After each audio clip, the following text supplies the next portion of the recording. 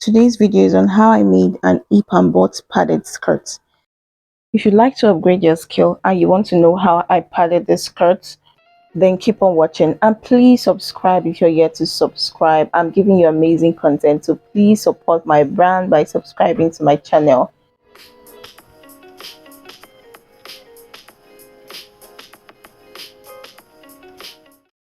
So this is my pattern paper. I started by creating a starting line. Then I took 1.5 inches from my skirt band. So I'll be taking my measurements from that 1.5 inches. Then my waist to my hip measurement is 9 inches. My waist to my full length is 19 inches. So I'm going to take that line all the way to the end of the pattern.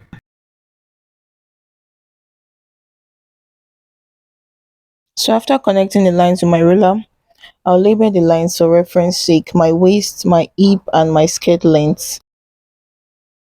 So on the waistline, I'll divide my waist measurement into 4, which is 8 inches. And then my hip measurement divided by 4, which is 10.5 inches. Then going to the skirt length, whatever I've got on that hip line, I'll minus 1 from it. So taking out 1 from it, I got 9.5 inches. So I'm going to connect the lines to my pattern master now.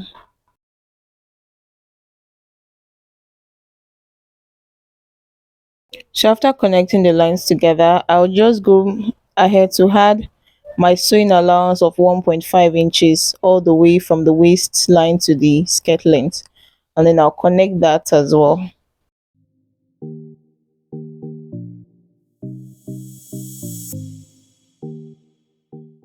So that is all for the front part of the skirt. I'll just cut it off and then place it on a fresh pattern paper to cut out my back pattern.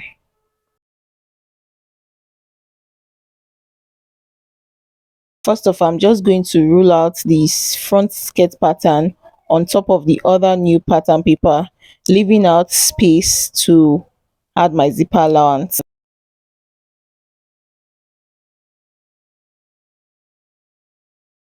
So then I'm just going to mark out my zipper allowance of 1.5 inches. You can use 2 inches depending on how you prefer it. So then I'll connect that with a straight ruler.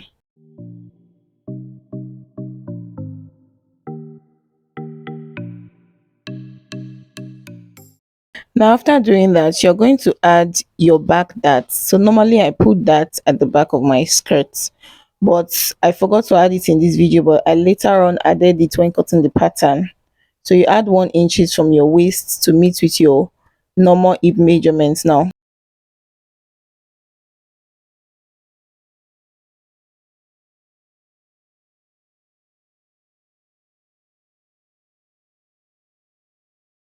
Ankara print. So I folded it into 2 and then I'll place my front pattern first. Then as you can see at the bottom part, I went up by 1/4 inch so as to give it a neat finishing.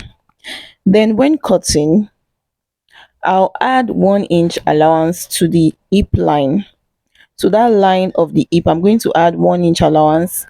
Then I'll connect from my, so you can see I'll connect from my waist measurements to meet with that 1 inch, and then from that extra 1 inch I'll connect to my skirt length, which is my hem line. So after doing this, you're going to cut out the pattern of the fabric. Now note that your lining and your main fabric is now a different measurement. So then after cutting this part, I'm going to do the same for the back pattern. So this is the back pattern for the skirts. Remember that the fabric is still on fold because you're cutting them into 2. The front is on fold and then the back is into 2 because it has zipper allowance. Now the bottom part, remember to go up by 1/4 inches if you're cutting a short skirt and you need to turn to lining. Now on the hip line, I went in by 1 inch on the main fabric and then I connected from my waist measurement to my hip line to my skirt line. So that is all for the back pattern. So I'm going to cut out the pattern and then I'll show you how to stitch it.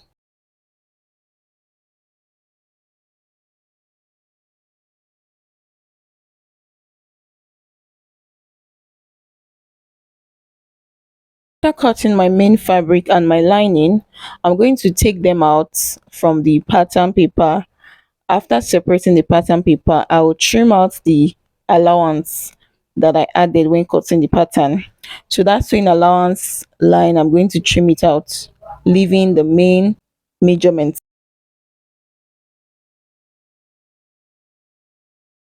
After removing the allowances, it's time to draft the padded pattern. So then this is my front part. Then on my waistline, I'll come down by 1.5 inches. Now on that 1.5 inches, after marking it down, on the hip line, I'll go in by 5 inches. After marking that part down, on my skirt length, which is also my knee length, I'll go up by 2 inches. So after marking that line down, I'm going to connect the lines together. So I'll explain again. I went down by 1.5 inches of the waistline. On the hip line, I came in by 5 inches. And on my knee length, I came up by 2 inches. So I'll be connecting that with my curved ruler. So after connecting it, make sure that that point at the hip line is not pointy. So I'm just blending it to give it a curve. So after doing that, I'll label the upper part and the bottom part. So then after doing this, I'm going to cut them now.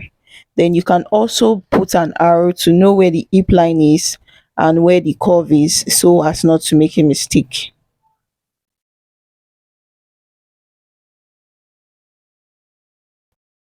So this is the back part and I'm just filling out my hip line. So my waistline, I'll go down by 1.5 inches just as I did at the front pattern.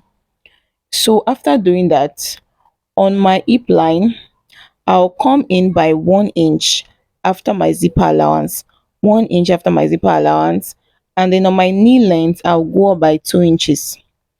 Then I'll also measure my waist to my underbutt, which gives me 13 inches. So then I'll mark that 13 inches, and on that waist to underbutt point, I'll be going in by 4 inches.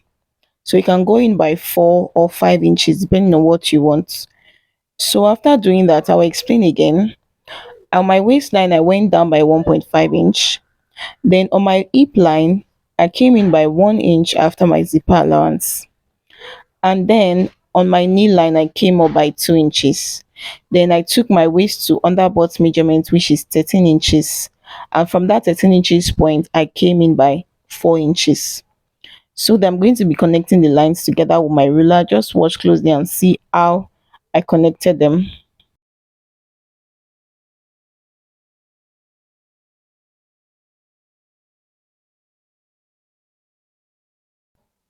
So after connecting them, remember to blend out any pointy edge from the butt line to the underbutt.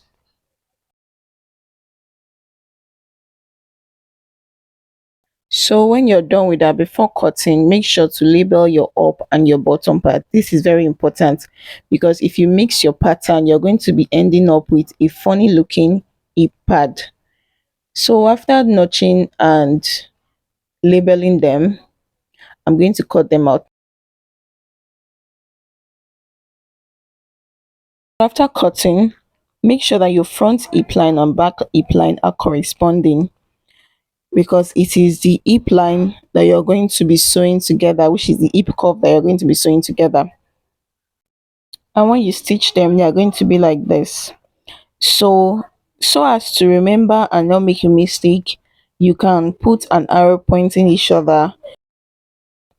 So this is the foam pad I'm using. I'm using a 1 inch foam pad. Now this is the reason why I added 1 inch extra to my main fabric. Now the calculation is this.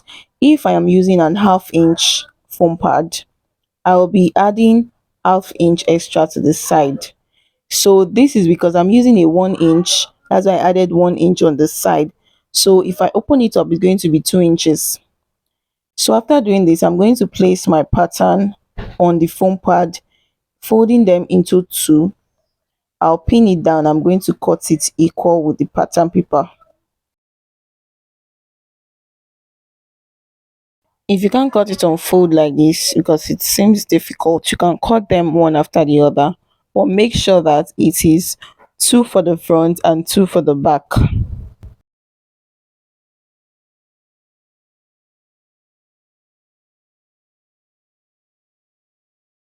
So this is the front part. After I finish cutting it, you're going to label them up and bottom, or up and down. So after doing this, I'm also going to put my arrow facing each other, which is my hip line. Remember I said it is the hip curve line that you're joining together with the back.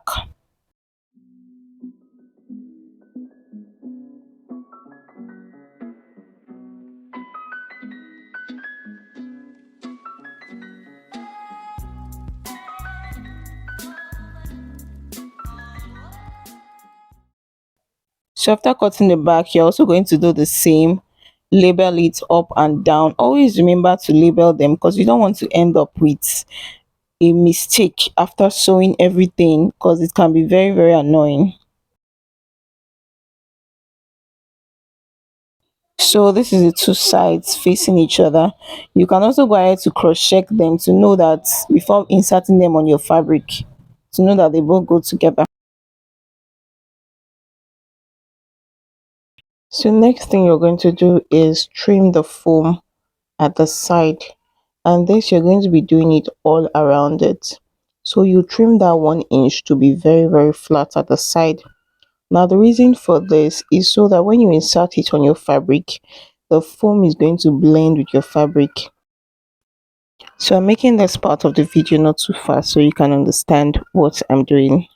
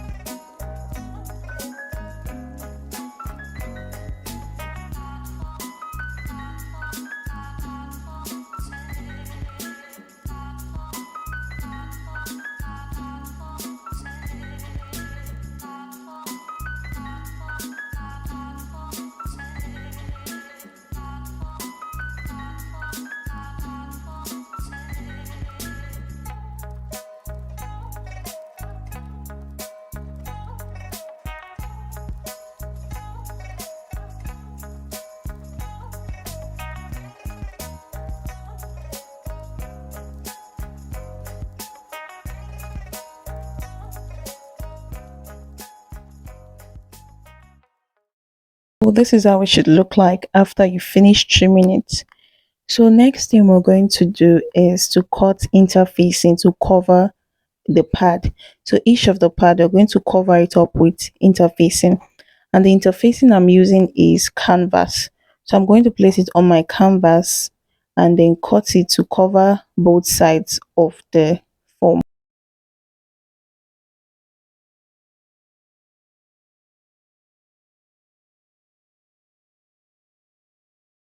So when you've covered it up, it should be looking like this. So I'll first of all fold my canvas into two, because I'm covering both the front and the back of each foam pad. So after folding it into two, I'll place foam on top of the interfacing and then cut it with 1/2 inch allowance.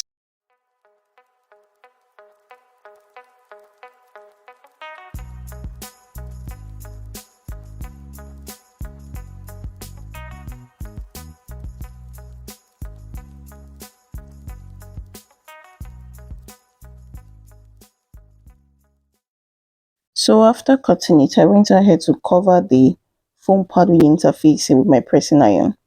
So after doing this, I'm going to write out that up and down at the upper part of the interfacing so as to make it clear.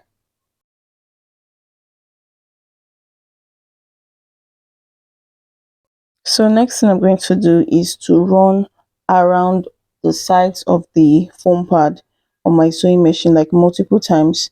So the reason for doing this is so that the interfacing will not be coming out, because when you fix it like this on your fabric and then you wash it like 2-3 times, the interfacing will be wearing out. So that's the reason for sewing it all around.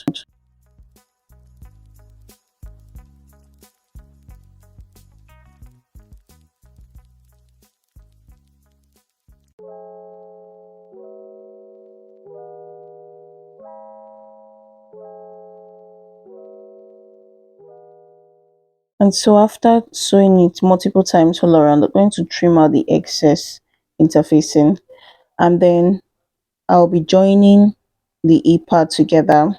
I'll join the front side to the back side to the butt side. So the front E pad to the butt pad, I'll be joining them together. So I'll go ahead to sew that with 1/2 inch.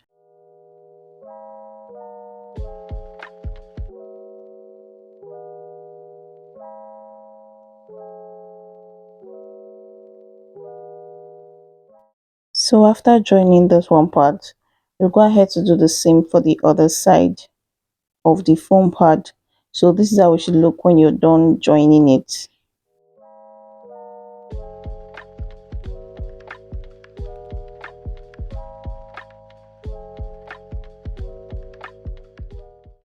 So I'll first of all be shaping the lining with the 1 inch seam allowance I added to the side.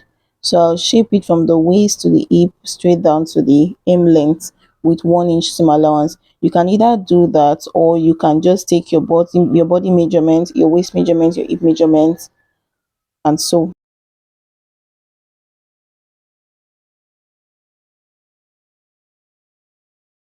So I finished sewing one side of the lining. I'll go ahead to stitch the other side of the lining with my body measurements.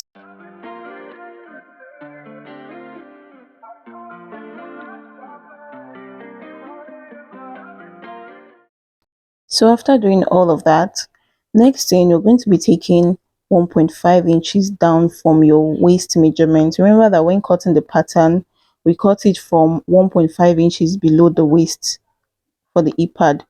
So this is the front part of the e-pad. Where I labeled up and down is the front part. So you're just going to be placing it inside of the lining, making sure that that front part is facing the inside of the lining. So just the way I placed it. So I'll turn it inside and explain further. So you're going to open the seams up, and then you measure 1.5 inches from your waist measurement. Remember that the 1.5 inches was what we took before cutting the e-pad. So from that 1.5 inches, I'm just going to mark that down. We'll be sewing our e-pad from that point. While sewing the e-pad, you'll be opening up the seams. So I'll place the e-pad on top of that seam, and then I'll be mashing it down at the midpoint. So just watch closely and see how I'm doing it. It is very easy to understand. So I'll explain again in case you don't get it. I pinned the foam pad on top of that 1.5 inches that I went down with from the waist. So as I pin it down, that's joining point, I'm going to be sewing it on top of the seam allowances. So while sewing, you're going to be opening up the allowance as you're top stitching your pad on top of it. So I'll put it on my sewing machine now and start top stitching so you can see what I'm explaining. So I'll just first of all be pinning it down so that it will be easier for me when stitching it. I'll open up the seam and then place the pad at the midpoint and then pin it down.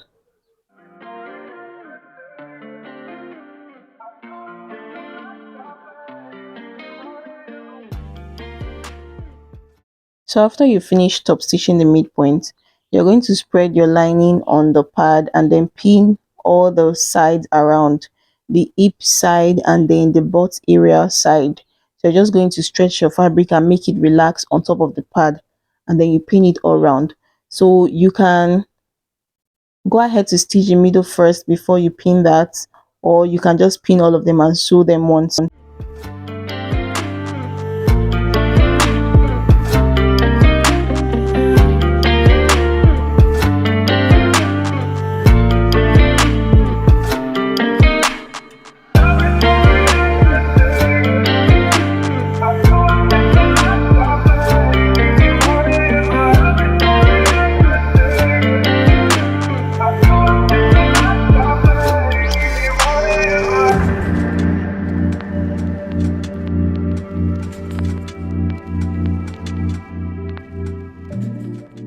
So this is how it should look like after you've done sewing the middle part and then all the side of the hip foam.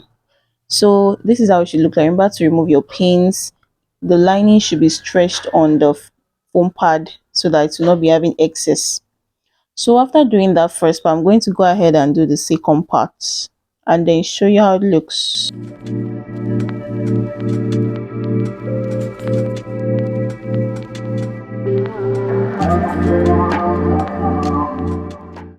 After I was done with the lining, I went ahead to shape my main fabric with the same 1 inch seam allowance I shaped my lining skirt. Now make sure that the hip area is not pointy, it should be curved. So try and blend it to make it curve when stitching it. So remember that the fabric is bigger than the lining on the hip area with about 2 inches. Reason is because the foam pad I used is 1 inch and into 2 it is now 2 inches. So next thing, I'm going to be turning the hem line of the skirt. So I'll place my lining on top of the fabric and then stitch the hem line. The hem line is equal. It should be equal. If yours is not equal, then you did not cut it well. It is only at the hip that I increased the measurements. The hem line, the waist is the same measurement with the lining. So you're going to stitch that with 1/2 inch and then turn it inwards.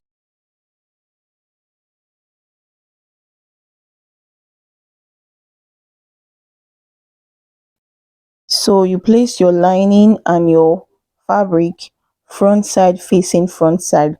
For those that are not conversant with sewing a skirt with lining.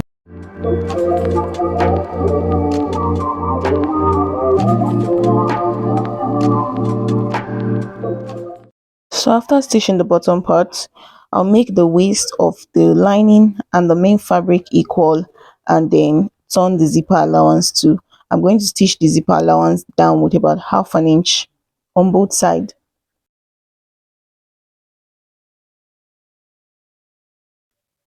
As you can see that the hem line, I folded the main fabric inward. Now the reason is because when cutting, I added 0.75 to the main fabric. So it is longer than the lining with about 0.75. That's why there is this excess.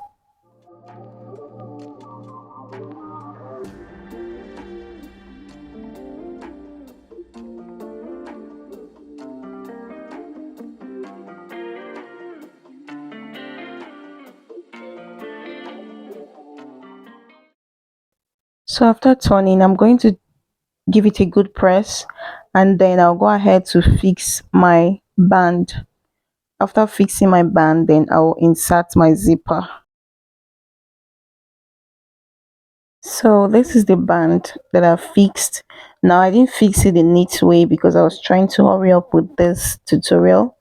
I fixed it roughly, then I'm going to weave that part. So you can fix yours neatly just like the normal way of fixing the skirt band. So next I'm going to take away the zipper allowance I added when cutting the skirts, which is 1 inch seam allowance for the zipper area. So I'll place my zip on top of the skirt to know the end of the zipper, where I want the zipper to end. From that point, I will close it down to the hem line with 1 inch zipper allowance. So if you added 1.5 inch zipper allowance when you cut your skirt, you're going to close that out. Then after doing that, I'll go ahead to fix my zip.